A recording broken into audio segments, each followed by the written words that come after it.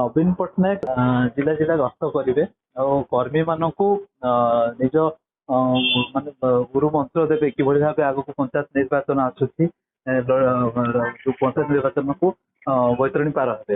ନାଇଁ ଆପଣ କେମିତି ଦେଖନ୍ତି ଯେତେବେଳେ ହାରି ଯାଇଛନ୍ତି କ୍ଷମତା ପଳେଇଛି ହାତରୁ ସରକାରରେ ନାହାନ୍ତି କେମିତି ଲୋକମାନଙ୍କୁ ଆକୃଷ୍ଟ କରିବେ କର୍ମୀ ମାନଙ୍କ ପାଖରେ?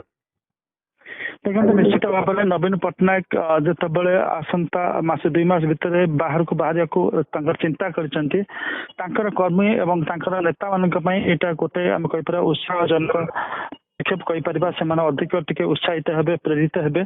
କିନ୍ତୁ କଥାଟି ହଉଛି ଯେ ନବୀନ ପଟ୍ଟନାୟକ ଯେବେଠୁ ଓଡ଼ିଶା ଶାସନ ବ୍ୟବସ୍ଥା ଓଡ଼ିଶାକୁ ଆସିଛନ୍ତି ସେବେଠୁ ତାଙ୍କ ସହିତ କ୍ଷମତା ଲାଗିକି ରହିଥିଲା। ଅର୍ଥାତ୍ 1998-99 ବି ସେ ଯେତେବେଳେ ଆପଣଙ୍କର ମୁଖ୍ୟମନ୍ତ୍ରୀ ନଥିଲେ ସେତେବେଳେ ବି ସେ କ୍ଷମତାରେ ଥିଲେ ଆମେ କହିପାରିବା, କାରଣ ସେତେବେଳେ ସେ କେନ୍ଦ୍ର ମନ୍ତ୍ରୀ ଥିଲେ ଏବଂ ତାଙ୍କ ସହିତ କେନ୍ଦ୍ର ସରକାରଙ୍କର ସମସ୍ତ ସାଜ ସରଞ୍ଜାମ ବା ସହଯୋଗ ରହିଥିଲା ଏବଂ 2000 ମସିହାରୁ ସେ ମୁଖ୍ୟମନ୍ତ୍ରୀ ହେଲେ ଏବଂ ତାଙ୍କ ସହିତ ଓଡ଼ିଶା ସରକାରଙ୍କର ସମସ୍ତ ପ୍ରକାର ସାଜ ସରଞ୍ଜାମ ସହଯୋଗ ସମର୍ଥନ ରହିଥିଲା। ସେ ଆପଣଙ୍କର ସରକାରୀ କଳହ ବା ସରକାରୀ ଦଳର ଲୋକମାନେ ହୁଅନ୍ତୁ। ତ ବର୍ତ୍ତମାନ ସେ ଯେତେବେଳେ ଓଡ଼ିଶାକୁ ବର୍ତ୍ତମାନ ବୁଲିବେ ସେ ବର୍ତ୍ତମାନ ବିରୋଧୀ ଦଳ ନେତା ହିସାବରେ ଯିବେ। ଯେତିକି 27 ବର୍ଷ ଧରିକିରି ସେ ସରକାରୀ କଳର ସାହାଯ୍ୟ ସହଯୋଗ ସମର୍ଥନ ପାଉଥିଲେ ବର୍ତ୍ତମାନ ସରକାରୀ ଦଳର ସାହାଯ୍ୟ ସହଯୋଗ ସମର୍ଥନ ପାଇପାରିବେ ନାହିଁ ଏବଂ ଜଣେ ଯେତେବେଳେ କ୍ଷମତାରେ ଥାଏ ସେତେବେଳେ ତା ସହିତ ଅନେକ ଲୋକ ଯୋଡ଼ି ହେଇଯାଆନ୍ତି ଏବଂ ଯେତେବେଳେ ସେ କ୍ଷମତାରୁ ସେ ହଟି ଯାଆନ୍ତି ବା ତାଙ୍କୁ ହଟେଇ ଦିଆଯାଏ ତାଙ୍କର ସମର୍ଥକ ମାନଙ୍କର ଯୋଉ ଥାଏ ଆପଣଙ୍କର ଆଧାର ଥାଏ ସେଥିରେ ଆପଣ ଦେଖୁ ଟିକେ ଶିଥିଳତା ଆସେ ବା ହ୍ରାସ ଘଟିଥାଏ। ତ ନବୀନ ପଟ୍ଟନାୟକଙ୍କ ଆଗରେ ବର୍ତ୍ତମାନ ସେଇ ଚ୍ୟାଲେଞ୍ଜ ରହିଛି ଯେ ସେ କ୍ଷମତାରେ ନାହାନ୍ତି। ଏଇ ଯୋଉ କ୍ଷମତାରେ ଯେତେବେଳେ ନାହାନ୍ତି ଯୋଉ ସମୟରେ ଆପଣ ଦେଖୁଛେ ସେ କେବଳ କ୍ଷମତାରେ ଗଲା ପରେ ତାପରେ ଆପଣ ଦେଖିବେ ଅନେକ ଲୋକ ବର୍ତ୍ତମାନ ଭାରତୀୟ ଜନତା ପାର୍ଟି ସହିତ ଯୋଡ଼ି ହୁଅନ୍ତି ଯୋଡ଼ି ହେବାକୁ ଚେଷ୍ଟା କରୁଛନ୍ତି। ତ ନବୀନ ପଟ୍ଟନାୟକଙ୍କୁ ବର୍ତ୍ତମାନ ପ୍ରଥମ ଆହ୍ୱାନ ହବ ଯୋଉମାନେ ବର୍ତ୍ତମାନ ଭାରତୀୟ ଜନତା ପାର୍ଟି ମୁହାଁ ଅଛନ୍ତି ସେମାନଙ୍କୁ କିଭଳି ତାଙ୍କର ଏଇ ଯୋଉ ମାନେ ଓଡ଼ିଶା ଭ୍ରମଣ ସମୟରେ ସେମାନଙ୍କୁ ରୋକିବେ, ସେମାନଙ୍କୁ ଆଶ୍ୱାସନା ଭରସା ଦେବେ ନାଇଁ ବିଜୁ ଜନତା ଦଳ ତାଙ୍କ ଦ୍ୱାରା ପରିଚାଳିତ ହଉଛି ଏବଂ ଆଗାମୀ ଦିନରେ ହେବ ଦୃଢ଼ ଭାବରେ ହେବ ଏବଂ ପୁଣି ଥରେ କ୍ଷମତାକୁ ଆସିବ ଏଇ ବିଶ୍ୱାସ ତାଙ୍କୁ ଜନ୍ମେଇବାକୁ ପଡିବ। କିନ୍ତୁ ସେ କୋଉ ଭାଷାରେ କଥା ହେବେ କିଭଳି ବୁଝେଇବେ ସେଇଟା ହଉଛି ବଡ କଥା। ଅତୀତରେ ପ୍ରଶ୍ନ ଆସିପାରେ ଯେ ଅତୀତରେ ସେ କୋଉ ଭାଷାରେ ବୁଝାଉଥିଲେ କିଭଳି ବୁଝାଉଥିଲେ।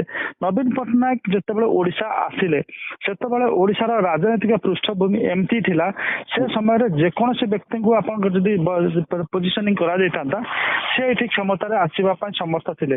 କାରଣ ସେଇ ସମୟରେ ଦେଖିବା କଂଗ୍ରେସ ର ସମୟରେ ଯୋଉଭଳି ଭାବରେ ଏଠି ଆପଣଙ୍କର ଅନ୍ୟାୟ ଅନୀତି ବଢିଥିଲା, ଯୋଉଭଳି ଭାବରେ ଏଠି ମାଇନରିଟି ମାନଙ୍କ ଉପରେ ଆକ୍ରମଣ କରାଯାଉଥିଲା, ଯୋଉଭଳି ଭାବରେ ମହିଳା ମାନଙ୍କର ସ୍ଥିତି ଏଠି ଦୟନୀୟ ହେଇ ପଡିଥିଲା ତାକୁ ସେ ନେଇକରି ଲୋକମାନେ ପୁରା ଆପଣଙ୍କର ବିତସ୍ପୃହ ଥିଲେ ସେ ତତ୍କାଳୀନ କଂଗ୍ରେସ ସରକାର ପ୍ରତି।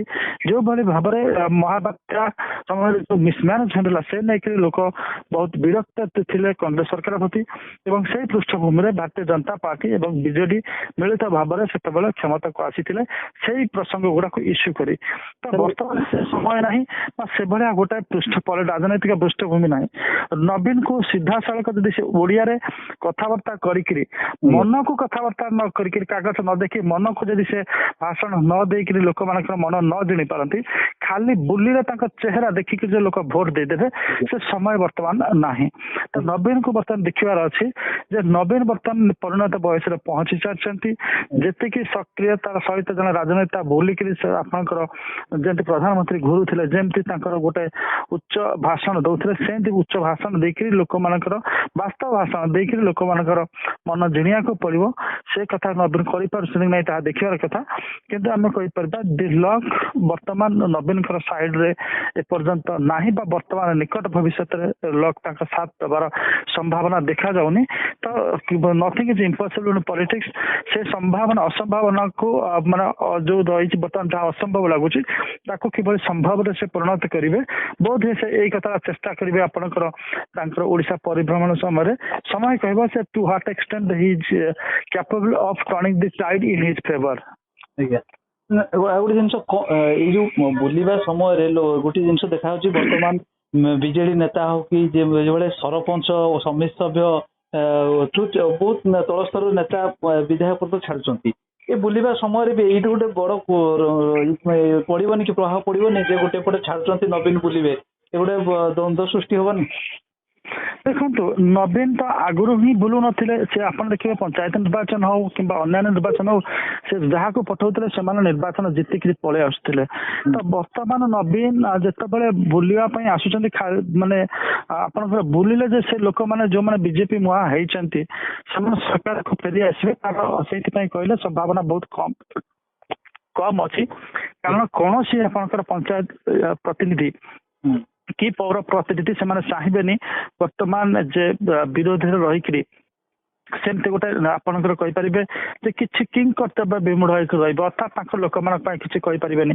ସେଥିପାଇଁ ପ୍ରଥମରୁ ଆଲୋଚନା କଲେ ଯେ ଯେତେବେଳେ ଜଣେ କ୍ଷମତାରେ ରୁହେ ତା ସହିତ ଅନ୍ୟ ଲୋକ ଚୋରି ହେବାକୁ ଚେଷ୍ଟା କରନ୍ତି। ଯେତେବେଳେ କ୍ଷମତାରୁ ସେ ଅପସରି ଯାଆନ୍ତି ବା ହଟି ଯାଆନ୍ତି ଲୋକମାନେ ତାଙ୍କ କତିରୁ ଛିଡି ଯାଆନ୍ତି। ତ ବର୍ତ୍ତମାନ ବିଜେଡିରୁ ବହୁ ଲୋକ ଛିଡିବା ମାନେ ଅବସ୍ଥାରେ ଅଛନ୍ତି, ଛିଡିକିରି ଯାଇକିରି ଯୋଡି ହେବାକୁ ଚାହୁଁଛନ୍ତି ଶାସକ ଦଳ ସହିତ। ତ ନବୀନକୁ ବର୍ତ୍ତମାନ ତାଙ୍କର ଗୋଟେ କିଛି ଭିଜନ ଅଛି ଓଡିଶା ପ୍ରତି, ତାଙ୍କର ଗୋଟେ ନେତୃତ୍ୱ ଅଛି କଥା ବୁଝେଇବାକୁ ପଡିବ। କାରଣ 24 ବର୍ଷ ଧରିକିରି ଲୋକ ଦେଖିଛନ୍ତି ତାଙ୍କ ସରକାରର ପାରଦର୍ଶିତା କଣ। ତାଙ୍କ ସରକାରର ପାରଦର୍ଶିତା ଯେତେବେଳେ ସିଏ ଯାଇକିରି କିଛି ବୁଝେଇବାକୁ ଚେଷ୍ଟା କରୁଥିବେ ସେଇଠି ହିଁ ଆପଣଙ୍କର ଶାସକ ଦଳ ତାଙ୍କର କାଉଣ୍ଟର କରିବ। ଆମେ ସମସ୍ତେ ଦେଖିଛେ ତାଙ୍କ ସରକାରଙ୍କ ସମୟରେ ସେ ଆଳୁ ମିଶନ ପ୍ରତିଶ୍ରୁତି ଦିଆହେଇଥିଲା, 270 କୋଟି ଟଙ୍କା ଖର୍ଚ୍ଚ ହେଲା, କିଛି ମୂଲ୍ୟ ହେଲା ନାହିଁ। ସ୍ୱାସ୍ଥ୍ୟ ବ୍ୟବସ୍ଥା ଦେଖିଲେ କୋଉ ଭଳି ସ୍ଥିତିରେ ପହଞ୍ଚିଛି, ଶିକ୍ଷା ବ୍ୟବସ୍ଥା କୋଉ ଭଳି ସ୍ଥିତିରେ ପହଞ୍ଚିଛି।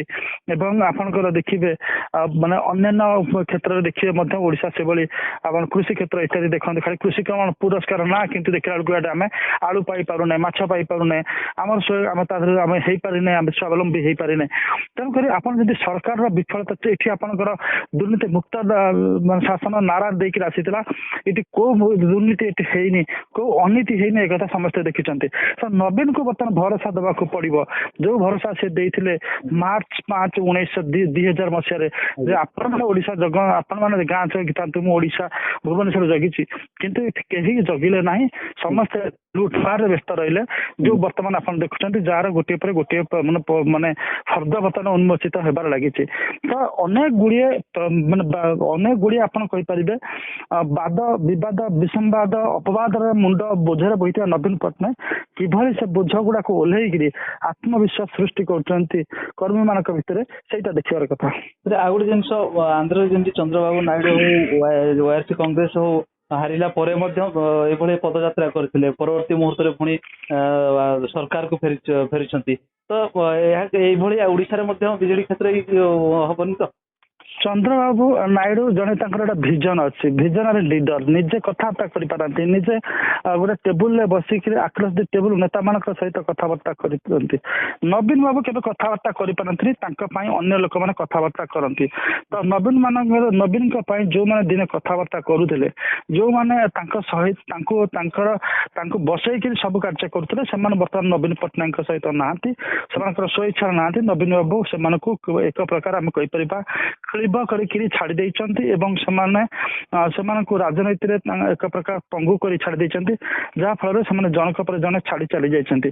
ଆଉ ଯୋଉ କେତେ ଜଣ ତାଙ୍କ ସହିତ ଅଛନ୍ତି ସେମାନେ ସେତିକି ସେମାନଙ୍କର ଜନପ୍ରିୟତା ନାହିଁ, ଯୋଉମାନଙ୍କର ଜନପ୍ରିୟତାକୁ ଆଧାର କରି ନବୀନ ଆଗକୁ ଯାଇପାରିବେ। ତାଙ୍କ ପାଇଁ ଏଇଟା ହିମାଳୟାନ ଟାସ୍କ।